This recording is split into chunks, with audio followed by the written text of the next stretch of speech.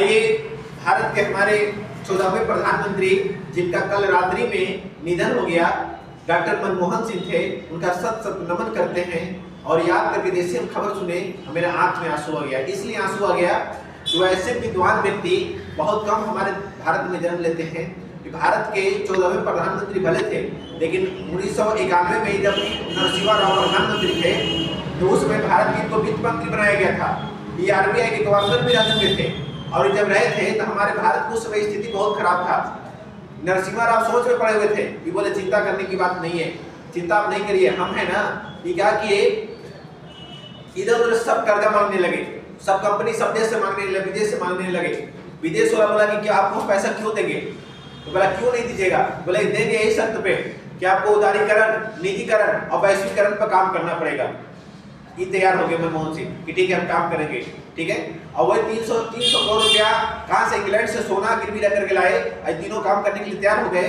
हमारे भारत की अर्थव्यवस्था को बहुत आगे लेके गए।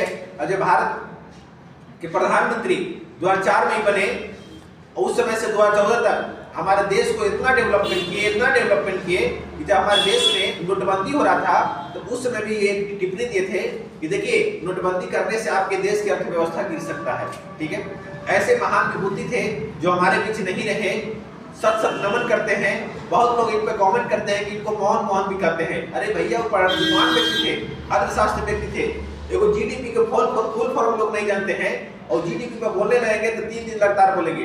इतने बड़े विद्वान आदमी थे, इसलिए सबके सामने ज्यादा बोलते नहीं थे। इनका जन्म जो हुआ था बाबू 16 सितंबर 1932 ईस्वी में हुआ था। मनमोहन सिंह का भारत के 14वें प्रधानमंत्री रह चुके हैं। और जानते हैं इनका जन्म जो है 26 सितंबर 1932 को अविभाजित, अब यानी उसमें भारत से अलग पाकिस्तान और बांग्लादेश नहीं अलग हुआ था, भारत के पंजाब के क्या अब पाकिस्तान में स्थित है।